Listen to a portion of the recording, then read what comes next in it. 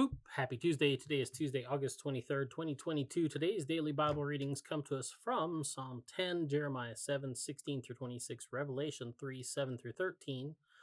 Or you could have read Psalm 109, 21 through 31, Ezekiel 20, 18 through 32, and then once again, Revelation 3, 7 through 13. I'm going to look at Revelation and talk about, waiting around for things to get better, for a better time, better place. I just can't do that. We need to wait for things to get better, or times to be better, or just for better opportunity.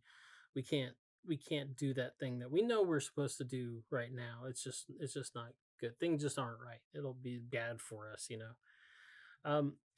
So we have this lesson in Revelation, and God is, Christ is addressing the church at Philadelphia.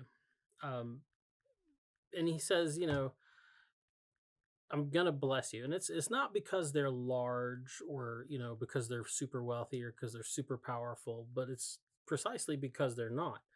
He says to them, I know you have but a little power. They don't have great amounts of authority in the world. They don't control a lot of wealth. They can't control their destiny the way other people would. But because in spite of that, even though they have but little power, they continue to live out their faith and work for the good of the kingdom. They continue to live their lives as if the kingdom of God is already there. In spite of all that costs them, in spite of the persecutions that they receive from those who have all the power, who have all the wealth, who have all the numbers. So God blesses them for their faithfulness because they didn't wait for things to get better or for times to be different. They were faithful now. They were faithful at the time. Which is interesting because the other text today is one of the other texts is from Jeremiah.